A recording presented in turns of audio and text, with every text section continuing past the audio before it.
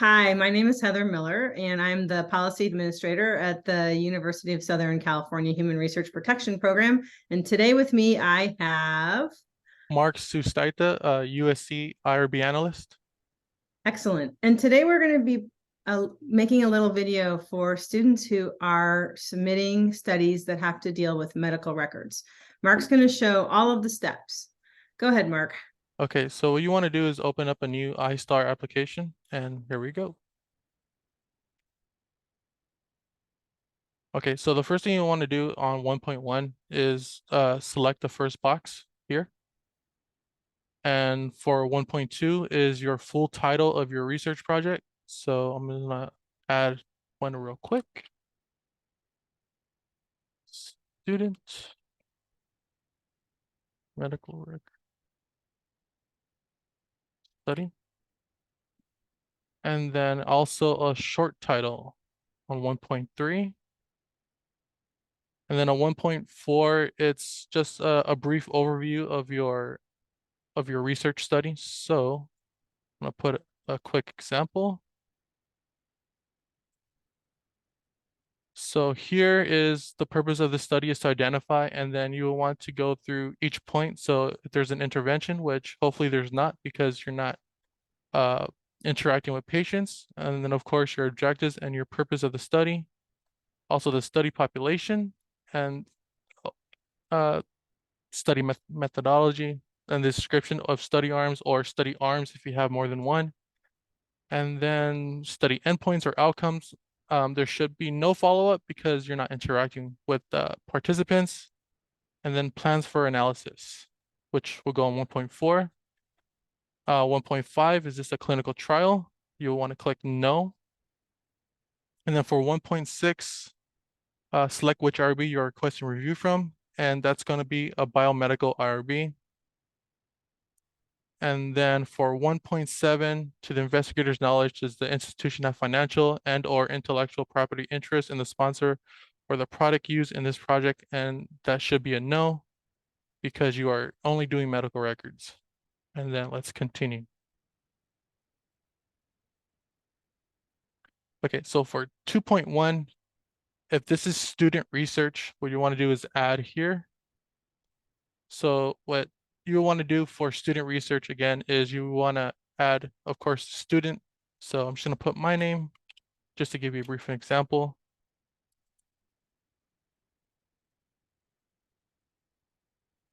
So I would pick myself here as a student. So if we're doing student research, the student will be the PI. And then will you obtain participant informed consent? That will be a no. Will you interact or intervene with research participants? That's a no. And will you obtain identifiable data or information about the participants solely for the purpose of research? That should be a yes. Always the last one should be a yes. And that's because of the research, because of the medical records. Yes. Yes. Okay. You'll be going into identifiable information, so you will have to press yes. No, no, yes. Yes. Got So it. we'll press OK. And then again, for student research, you should always have a faculty advisor. So I will put my director.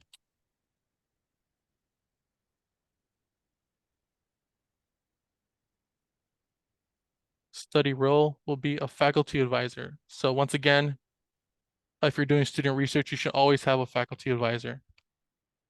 And for the most part, it'll be the same as the above. No, no, and yes. And then for the iStar study access level, you could put normal, so normal access, so your faculty advisor can have access to your application if needed for any changes or for any comments. Again, since this is student research, is a principal investigator a staff member, student, resident, fellow, or postdoctoral scholar? For any of these here, you want to press yes. And does your study include specific aims or endpoints related to cancer risk, factors of screening? Again, that is up to you, but I usually see no here. And then for 2.5, specify the group organization who has reviewed the study for scientific merit. So this is student research, and if this is your doctoral dissertation committee, you want to press this here. But if you're just doing research for yourself, you want to press none. But most of the time it's, since you're a student, is doctoral dissertation. So let's continue. So here again, if you have some sort of funding, you'll want to click one of these here. But for the most part, if you don't have funding, it's no funding. Will you be submitting an urgent review? It's a no. But if you do have funding, and if there's like a time stamp on your funding, you'll want to press urgent review. So let's continue. Okay, so for here, so for 5.1, since this is a retrospective chart review on medical records, you want to press exempt review. And then for 5.2, you will want to add your protocol. So you, on the side, you probably have a protocol on a Word document. You want to upload that document to 5.2. So what you want to do is just add, or you can drag and drop a protocol. I'd like to add in that the protocol is on the website. It's been updated as of the beginning of August of 2023. So please make sure that you are following the protocol directions carefully. And if for some reason you can't find the protocol, there's a link up here on 5.2, which you could just right click, or you could just click this and it'll take you to our website, which has all our protocol templates and just templates in general. So for 5.3, attach a sponsor template. Again, there should be no sponsored template since there's no sponsor. And of course, if you have a password for the document above or for any document, you want to enter your password here, 5.4, so we can open up the document and check it. Do we recommend passwords, Mark, or do we prefer them with no passwords?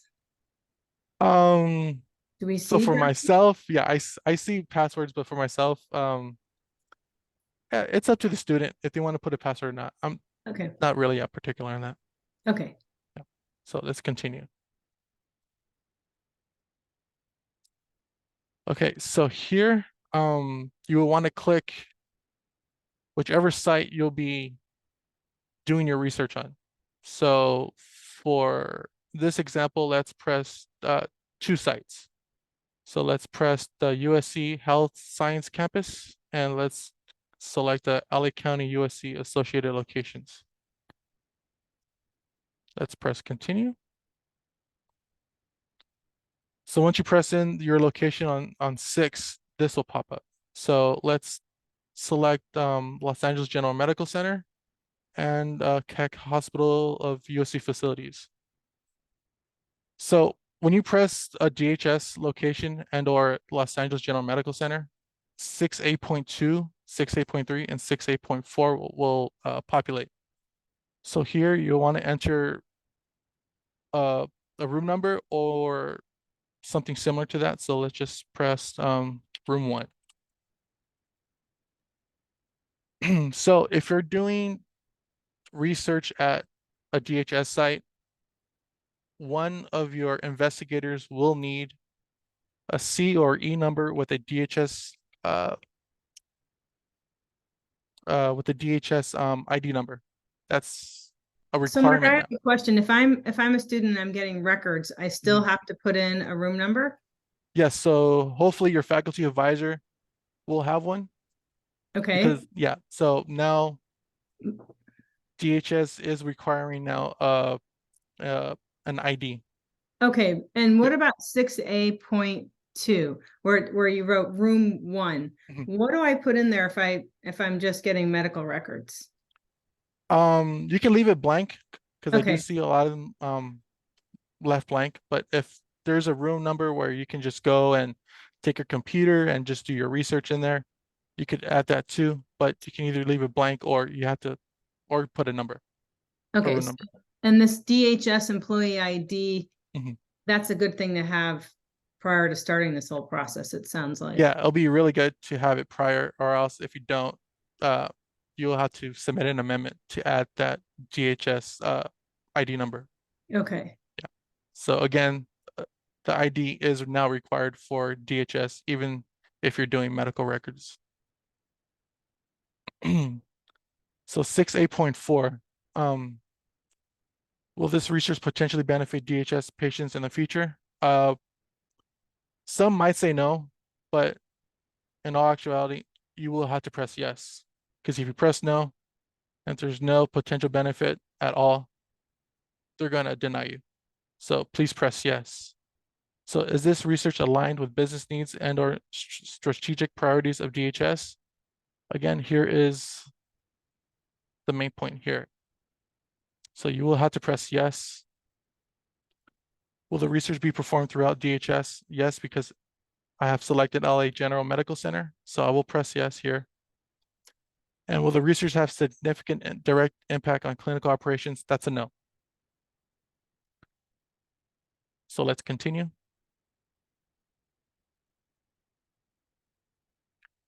Okay, so for 9.1, since this is dealing with medical records, please select the second box as this deals with medical records here. And for 9.5, that's a no. Does your study involve community engagement? No. And will data from this research be submitted to the US or to the FDA? That's a no. Now let's continue. So when you select the second box in 9.1, section 13 will appear. So this is all up to the individual study. So if you're going to gather this records from a deceased individual, please select yes.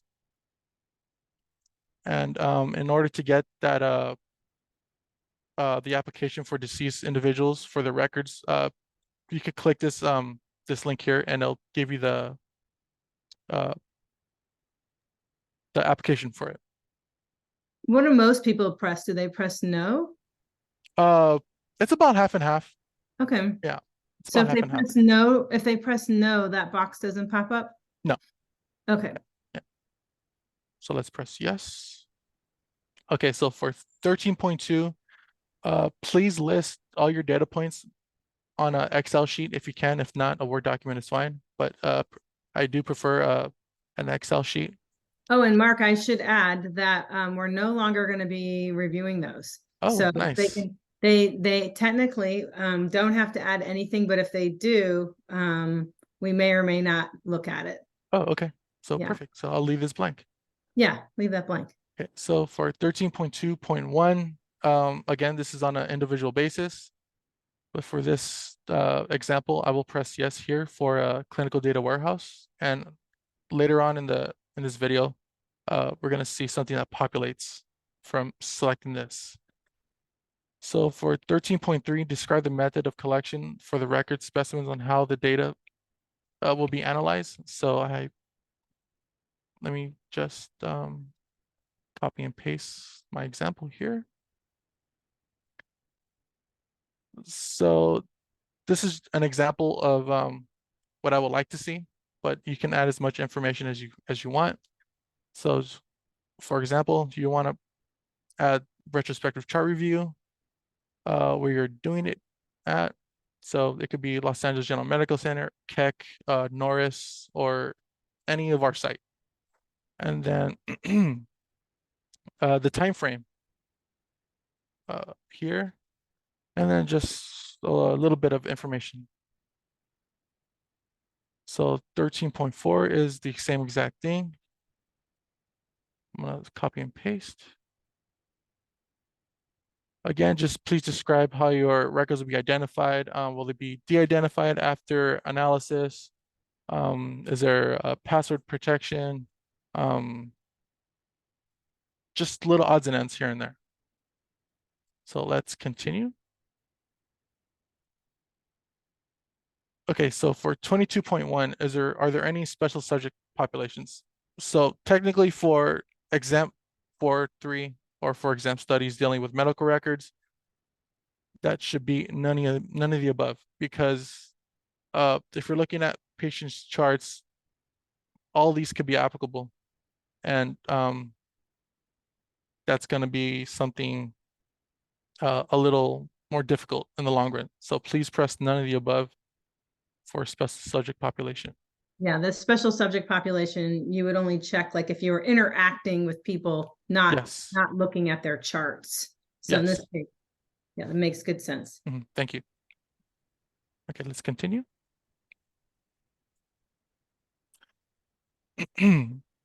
Sorry. Okay, so for 26, participant privacy and data confidentiality. So for here, it's again on an individual basis. So let's just click what I usually see. So let's start from the top. Research procedures will be conducted in person in a private setting. I usually see this selected here. Will data be captured and reviewed in a private setting? Let's select this one. Only authorized research study personnel will be present during research-related activities. Let's select this one again. The collection of information about participants is limited to the amount necessary to achieve aims of the research. Let's select that again. So participants will not be approached in a setting or location that make, sorry, yes. So here.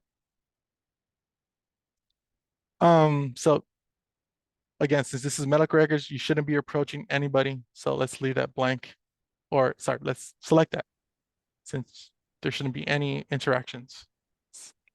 Yeah, will not be approached. Yeah, will not be approached. So in all actuality, you can select all those boxes, but again, it's on an individual basis. You don't have to, but this We will really be, want you to read, we really want you to read and select what's applicable to you. yes. And in this section is a lot of it's like super paying attention section. We could rename it 26 or super paying attention section. Mhm. Okay, so let's head on to 26.2. So since we're dealing with medical records, the second box should be chosen here. Data and or specimens will be labeled with a code that the research teams can link to the personal identifying information. So let's select the second one. Okay, so for 26.3, again, this is on an individual basis. So if you're keeping a hard copy, again, select physical and let's select electronic. So here, so again, individual basis. So if you'll be storing your data on a computer, you want to press this, removable drive, select here. I'm not going to go and select all of them, but you can if you want. But again, this is on an individual basis. So please confirm that at minimum, the following measures will be taken and enforced. So you can't click all of them, but let's select what I normally see, which is the first one, the fourth one, and the fifth one. But again, you can select all of them if you want. Will identified data and or specimens be sent outside the institution to a third party? Let's select no. And then for 26.5, you'll want to click the first one because this goes in part with 26.2 here. So again, 26.5, you'll want to click the first one. Let's continue.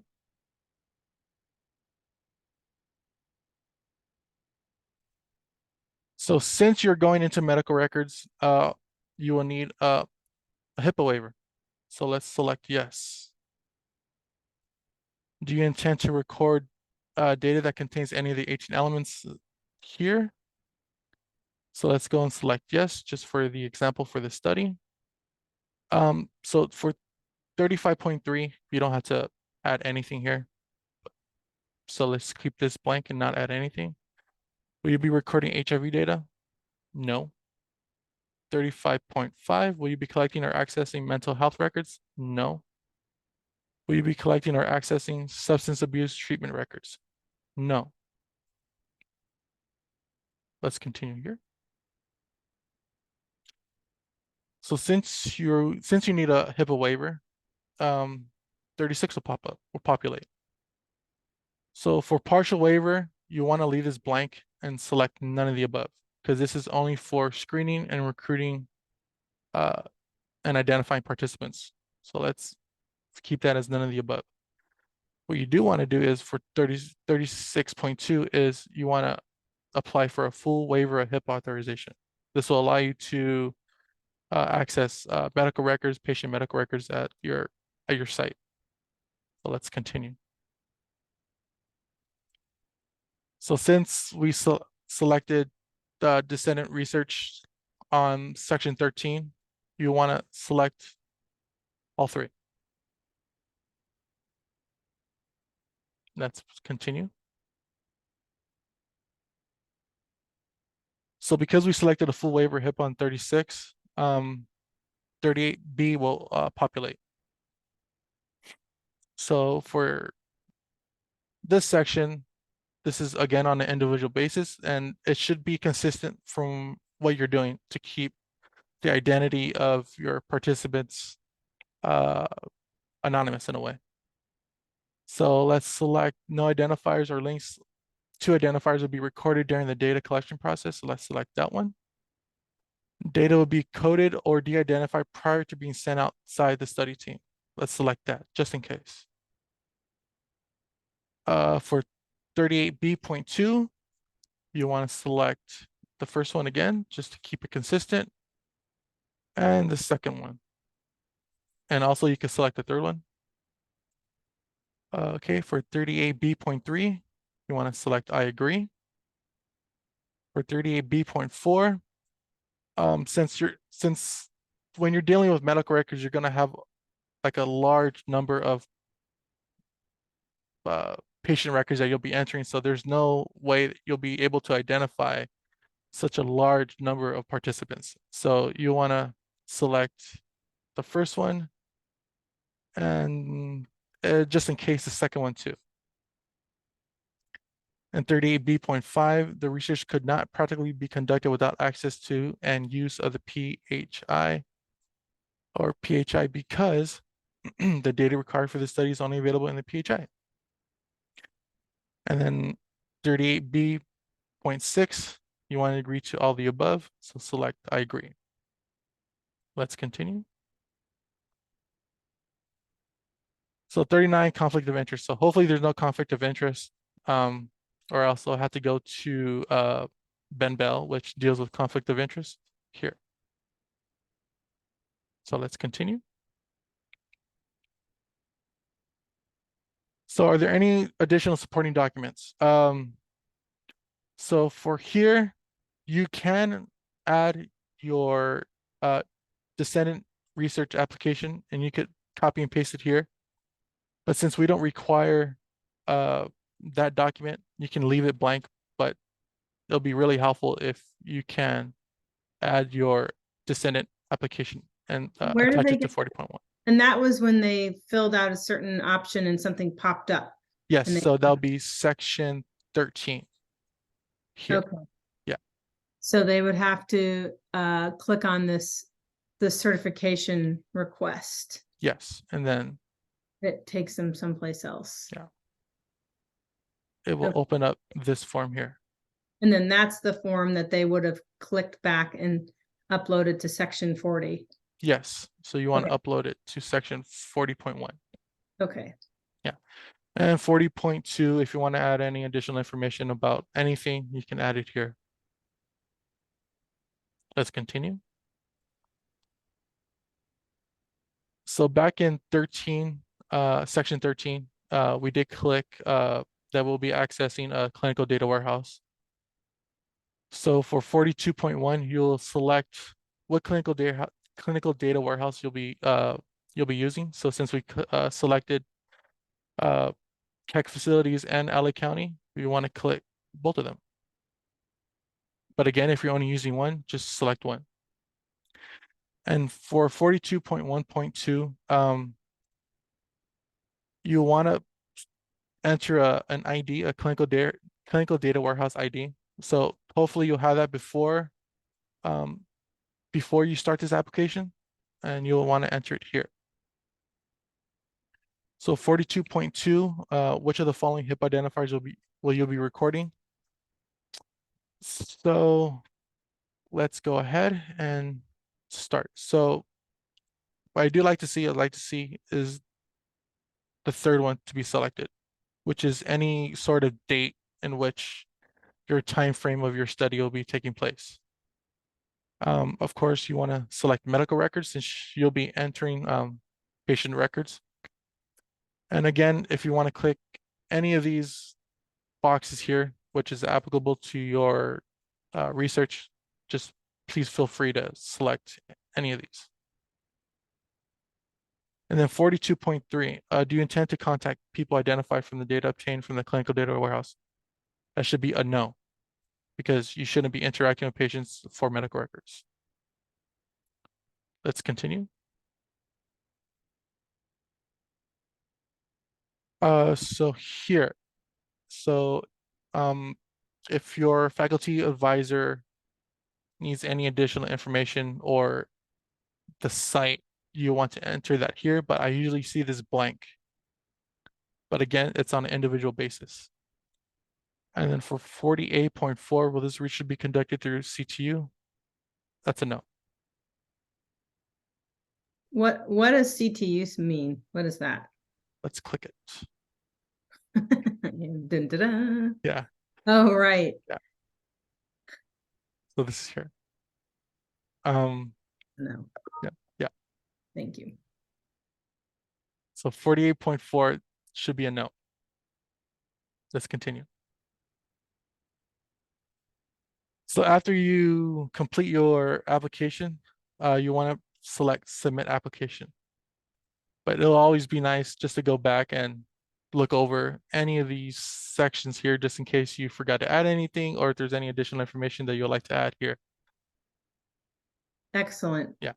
Mark, thank you so much. And I just want to add in just to make sure that you your application mirrors what you put on your protocol. And again, you can find the protocol on our website. Yes. So thank you very much. No, thank you.